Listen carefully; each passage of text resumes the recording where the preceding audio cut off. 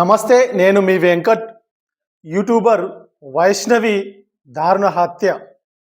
YouTuber వైష్ణవిని భర్త హరిబాబు దారుణంగా హత్య చేయడం జరిగింది. మిత్రులారా, ముందుగా మన ఏవిఎం తెలుగు ఛానల్ని ప్రతి ఒక్కరూ సబ్స్క్రైబ్ చేయండి. పక్కనున్న బెల్ బటన్ని నొక్కండి. ఈ వీడియోను లైక్ చేసి అందరికీ షేర్ చేయండి. జగిత్యాల జిల్లా కొరుట్ల ప్రాంతానికి చెందినటువంటి వైష్ణవి యూట్యూబ్లో చాలా ఫేమస్ అయ్యింది. వైష్ణవి చాలా రీల్స్ చేయడంలో కొంత ప్రత్యేకతను చాటుకుంది. హరిబాబు వైష్ణవిని ప్రేమించి పెళ్లి చేసుకోవడం జరిగింది. వారు ఇరువురు కలిసి వైష్ణవి వాళ్ళ తల్లిదండ్రుల ఇంటి వద్దనే ఉండడం జరుగుతోంది. వాస్తవంగా మొదటి నుంచి కూడా హరిబాబు వల్ల అమ్మకు ముఖ్యంగా ఈ పెళ్ళి ఇష్టం లేకపోవడం వల్ల అమ్మాయి వాళ్ళ తల్లి ఇంటిలోనే ఇరువురు కలిసి వారి యొక్క కాపురాన్ని, వారి యొక్క జీవన విధానాన్ని కొనసాగించడం జరిగింది. ముఖ్యంగా మనం వీళ్ళు హరిబాబు వైష్ణవితో చాలా బాగా ఉన్నారని, ముఖ్యంగా వైష్ణవి వాళ్ళ అన్నదమ్ములు పూర్తి స్థాయిలో వాళ్ళని నమ్మి కూడా ఉండడం జరిగింది. ప్రస్తుతము వైష్ణవి గర్భవతితో 5 నెలల గర్భవతి కూడా. గర్భవతి అని కూడా ఆలోచించకుండా హరిబాబు చాలా దారుణంగా వైష్ణవిని ఘోరంగా చంపడం జరిగింది. ఇక్కడ మనం ఆలోచిస్తే 2 ప్రాణాలను బలిగొన్నటువంటి హరిబాబు. ఇది వాస్తవమైన విషయము. ఎందుకంటే యూట్యూబ్లో చాలా ఫేమస్ అయింది వైష్ణవి. యూట్యూబ్లో చాలా రీల్స్ చేయడం వల్ల తనకంటూ ఒక ప్రత్యేకతను మాత్రం తీసుకొచ్చుకుంది. చాలా కష్టపడ్డది. వాస్తవంగా చాలా అంటే చాలా కష్టపడ్డది. తను ఫేమస్ అవ్వడానికి యూట్యూబ్లో చాలా కష్టపడ్డది. అదృష్టవశాత్తు యూట్యూబ్లో కొంతమేర సక్సెస్ కావడం జరిగింది. హరిబాబు మొదటి నుంచి తనను ప్రేమిస్తున్నటువంటి ఆ ప్రేమను పూర్తి స్థాయిలో నమ్మి, అంటే ప్రేమ వివాహం చేసుకున్నటువంటి హరిబాబు ప్రేమ వివాహంలో కూడా వైష్ణవిని వేధించి ముఖ్యంగా చంపడం అనేది చాలా ఘోరమైనటువంటి సందర్భం జగిత్యాల జిల్లాలో జరిగింది. ఇది పోలీసులు దీనిపై పూర్తి స్థాయిలో విచారణ చేస్తూ హరిబాబును పట్టుకొని పూర్తి స్థాయిలో కేసు అనేది విచారణ కొనసాగిస్తూ హరిబాబును రిమాండ్కు పంపించడం జరిగింది, రిమాండ్ చేయడం జరిగింది. అయితే మనం ముఖ్యంగా ఇక్కడ గమనించాల్సింది ఏంటంటే, ఇవాళ పరిస్థితి వైష్ణవి వల్ల వాళ్ళ యొక్క తల్లి కానీ వారి యొక్క అన్నదమ్ముల పరిస్థితి చాలా ఘోరమైనటువంటి పరిస్థితి ఉంది. వారి యొక్క బాధను చెప్పలేనటువంటి పరిస్థితిలో ఇవాళ కనబడతా ఉంది. ఒక పక్క వైష్ణవి శవం పక్కకు కూడా వారు పడుకొని ఏడుస్తూ ఉంటే చూసే వాళ్ళ కూడా చాలా ఘోరమైన పరిస్థితి. నిజంగా ప్రతి ఒక్కరి కన్నీళ్ళలో, ప్రతి ఒక్కరి కళ్ళల్లో కన్నీరు వచ్చే విధంగా వారి యొక్క బాధను అక్కడ కనబడే విధంగా కనబడ్డది. ఇది వాస్తవమైన విషయము. ఎందుకంటే ఇంత పెద్ద ఘోరం జరుగుతున్నటువంటి విషయంలో ప్రేమ వివాహాలు కూడా ఏ విధంగా సాగుతూ ఉన్నాయి అనేది కూడా మనం ఒక చర్చనీయాంశంగా ఉంది. ఇక్కడ వాస్తవంగా హరిబాబు వాళ్ళ తల్లి ముఖ్యంగా వైష్ణవిని చాలా వేధించడం జరిగింది. ఫోన్లో కూడా చివరిసారిగా ఫోన్లో మాట్లాడినప్పుడు కూడా అనేక రకాలుగా వైష్ణవిని బూతుల రూపంలో తిట్టడము, వేధించడము జరిగిందని మాత్రం కొంత ప్రచారం మాత్రం జరుగుతూ ఉంది. ఇది వాస్తవమైన విషయం. ఇక్కడ ఒక పక్క అత్త వేధింపులు, భర్త యొక్క వేధింపులు ఎక్కువ కావడము, వీరి మధ్యలో చివరిసారిలో బెడ్రూమ్లోనే వారు నివసిస్తున్నటువంటి బెడ్రూమ్లోనే ఒక రాత్రిపూట గొడవ జరిగింది అనేది మాత్రం ప్రచారం జరుగుతూ ఉంది. ఆ గొడవలోనే ఆవేశంలో వైష్ణవిని తీవ్రంగా కొట్టడంతో అక్కడికక్కడే వైష్ణవి మృతి చెందినట్టుగా కొంత ప్రచారం మాత్రం జరుగుతూ ఉంది.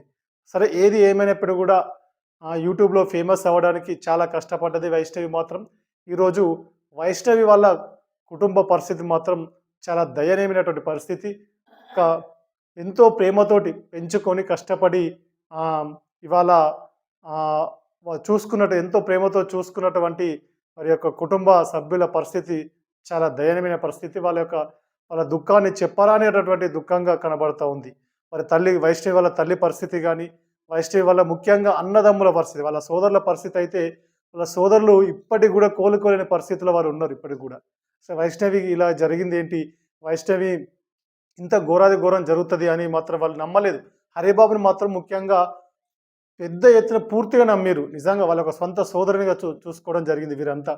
వాళ్ళ తల్లి గూడా ఆదరించకున్నా వీళ్ళే ఆదరించి అన్ని రకాలుగా హరిబాబుకు ప్రతి ఒక్కటి గూడా సపోర్ట్ చేస్తూ, సహాయం చేస్తూ ఉండడం జరిగింది. ముఖ్యంగా కొంత ఆర్థిక గొడవలు, కొంత కట్నం విషయంలో గూడా కొంత గొడవలు జరిగినట్టుగా మాత్రం ప్రచారం జరుగుతా ఉంది. సరే, ఏది వాస్తవమో, ఏది అవాస్తవమో అనేది పోలీసులు పూర్తి స్థాయిలో కేసు విచారణ చేసి తేల్చాల్సిన పరిస్థితి ఉంటుంది. అయితే ఏది ఏమైనప్పుడు గూడా వాస్తవంగా వైష్ణవిని మాత్రం హరిబాబు ఇంత ఘోరాతి ఘోరంగా చంపడం అనేది చాలా ఘోరమైనటువంటి పరిస్థితి. ఇలా చేయాల్సి ఉండేది కాకుండే వాస్తవంగా ఎంత గొడవ అయినా, ఎంత పెద్ద సమస్య అయినా మాట్లాడి ప్రతి సమస్యకు పరిష్కారం ఉంటుంది. ప్రతి సమస్యపై చర్చల ద్వారా చర్చించుకుంటే ప్రతి సమస్యకు మాత్రం పరిష్కారం దొరికే అవకాశం ప్రతి సమస్యపై వాస్తవంగా ఉంటుంది. ఇది గమనించాక కొంతమంది క్షణికావేశంలో పెద్ద ఎత్తున గొడవలు పెంచుకొని వారి యొక్క ఆవేశాలకు లోనై, ముఖ్యంగా క్షణిక ఆవేశాలకు లోనై ఇలాంటి పరిస్థితిని తీసుకొచ్చుకునే పరిస్థితి అక్కడక్కడ మనకు కనబడతా ఉంది, వినబడతా ఉంది వాస్తవంగా. ఏది ఏమైనా ఇక్కడ ఓపికతోటి వాస్తవంగా ఎంత పెద్ద సమస్య అయినప్పటికి గూడా, ఎంత పెద్ద దుమారం అయినప్పటికి గూడా ఓపికతోటి ఆ యొక్క సమస్యపై ఇరువురు కూర్చొని ఇరు వర్గాలైనా లేకపోతే ఇద్దరు వ్యక్తులైన మధ్య అయినా వచ్చినటువంటి విభేదాలు అయినప్పటికీ కూడా, అవి ఎలాంటి సమస్య అయినప్పటికీ కూడా, ఎంత పెద్ద ఇబ్బంది అయినప్పటికీ కూడా అది వారు ఇరువురు కూర్చుండి సమస్యపై పూర్తి స్థాయిలో చర్చించి సమస్య ఎక్కడ ఉంది, ఆ సమస్యకు పరిష్కారం ఏంటి, మరి పరిష్కరించుకునే మార్గాలు ఉంటాయి కదా, మరి ఆ విధంగా పరిష్కరించుకుంటే సమస్య కొలిక్కి వస్తుందని ఆలోచించి ఒక మంచి నిర్ణయం తీసుకుంటే బాగుంటుంది. కానీ ఇలాంటి క్షణికావేశాల వల్ల నిర్ణయాలు తీసుకొని ఆవేశాలతోటి ఈ విధంగా మర్డర్లు చేయడం కానీ, ఈ విధంగా ఒకరిని చంపడం కానీ, ఒకరిని కొట్టడం కానీ, గొడవలు పెట్టుకొని ఇవాళ కేసుల రూపంలో కుటుంబాల పరిస్థితి చాలా దయనీయమైనటువంటి పరిస్థితి ఉంటుంది. ఇక్కడ 2 కుటుంబాల పరిస్థితి పూర్తి స్థాయిలో కోలుకోలేని దెబ్బ తిన్నదని కూడా మనం తప్పకుండా చెప్పవచ్చు. ఇది వాస్తవమైన విషయమే. ఎందుకంటే 2 కుటుంబాల పరిస్థితి చాలా దయనీయమైన పరిస్థితి అయిపోయింది. ఒక పక్క కేసుతోటి హరిబాబు పూర్తి స్థాయిలో వారి కుటుంబం కూడా లోపలికి వెళ్ళే పరిస్థితి అయిపోయింది. ఒక పక్క వైష్ణవి కుటుంబం కూడా ఒక కూతుర్ని కోల్పోవడంతో పూర్తి స్థాయిలో వారి కుటుంబం కూడా కోలుకోలేని పరిస్థితి ఇక్కడ దారి తీసింది. ఇక్కడ ఏది ఏమైనప్పుడు కూడా కొన్ని క్షణికావేశాలు కావచ్చు, ఆవేశాల మధ్యలో ఉన్నటువంటి ఈ పరిస్థితులే మరి వాటికి దారి తీసే అవకాశం ఉంటుంది. ప్రతి ఒక్కరు ఓపికతోటి, ముఖ్యంగా ప్రతి ఒక్కరు సహనాన్ని పెంచుకోవాల్సిన అవసరం కూడా ఉంటుంది. ఎంత పెద్ద గొడవ అయినా, ఎంత పెద్ద సమస్య అయినా, ప్రతి సమస్యకు ఈ ప్రపంచంలో పరిష్కారం లేని సమస్య అంటూ ఏది లేదు. వాస్తవంగా గొడవలు అనేటి చిన్న వాటిని కూడా ఈ రోజుల్లో క్షణికావేశంలోనికి లోనై పెద్దదిగా క్రియేట్ చేసుకొని అనవసరంగా గొడవలు పెట్టుకొని మనుషుల మధ్య విభేదాలు సృష్టించుకొని బంధుత్వాల మధ్య బార్డర్ను పెంచుకొని, బంధుత్వాల మధ్య గ్యాప్ పెంచుకొని, ఇద్దరి మధ్య మంచి ప్రేమ అనురాగాలు ఉన్నటువంటి పరిస్థితులలో కూడా గొడవలు సృష్టించుకొని దూరమయ్యి కక్షలు పెంచుకొని పగలు పెంచుకొని సాధించేది ఏమీ ఉండదు. ఇలాంటి పరిస్థితే అందరికీ ఎదురయ్యే అవకాశం ఉంటుంది. కాబట్టి చాలా జాగ్రత్తగా వ్యవహరించాల్సిన అవసరం ఉంటుంది ప్రతి విషయంలో కూడా. ఎందుకంటే ఆవేశాలకు లోను కాకూడదు ప్రతి ఒక్కరు, క్షణిక ఆవేశాలకు లోను కాకూడదు ప్రతి ఒక్కరు ఓపికతోటి మీకున్నటువంటి సహనాన్ని పెంచుకోవాల్సిన అవసరం కూడా ఉంటుంది వాస్తవంగా. ఎందుకంటే ప్రతి సమస్యపై ఎంత పెద్ద సమస్య వచ్చినా ఇంత పెద్ద నిర్ణయాలకు తీసుకోకూడదు. వాస్తవంగా ఒకరిని చంపడం కానీ లేక ఆత్మహత్య చేసుకోవడం అనేది కూడా చాలా అతిపెద్ద నేరం.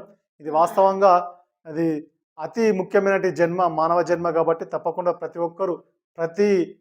ఒక్కరు ఓపికతోటి, సహనంతో ఏదైనా కూర్చుండి మాట్లాడుకుంటే ప్రతి సమస్యకు పరిష్కారం దొరికే అవకాశం తప్పకుండా ఉంటుంది. ఇది వాస్తవమైన విషయం. ఇది ముఖ్యంగా ప్రతి సమస్యపై చర్చించుకొని ఒక మంచి నిర్ణయం తీసుకుంటే ఇరువురికి ఉపయోగపడే విధంగా, ఇరువురికి ఇబ్బంది లేనటువంటి విధంగా ఒక మంచి నిర్ణయం తీసుకొని ముందుకు పోతే బాగుంటుంది తప్ప ఇలాంటి క్షణికావేశాలతోటి, ఆవేశాలతోటి ఒక చెడు నిర్ణయాలు తీసుకొని జీవితాలను ఖరాబు చేసుకోకూడదు. ఎందుకంటే జీవితం విలువ చాలా గొప్పది, మహా గొప్పది. తల్లిదండ్రులు మన కోసం చాలా ఇబ్బంది పడుతూ ఉంటారు కాబట్టి తప్పకుండా వారి కోసం ఆలోచించాల్సిన అవసరం ఉంటుంది. సరే, ఈ ఇంత పెద్ద గొడవ అయితే గూడా కొంచెం ఇలాంటి నిర్ణయం తీసుకునేది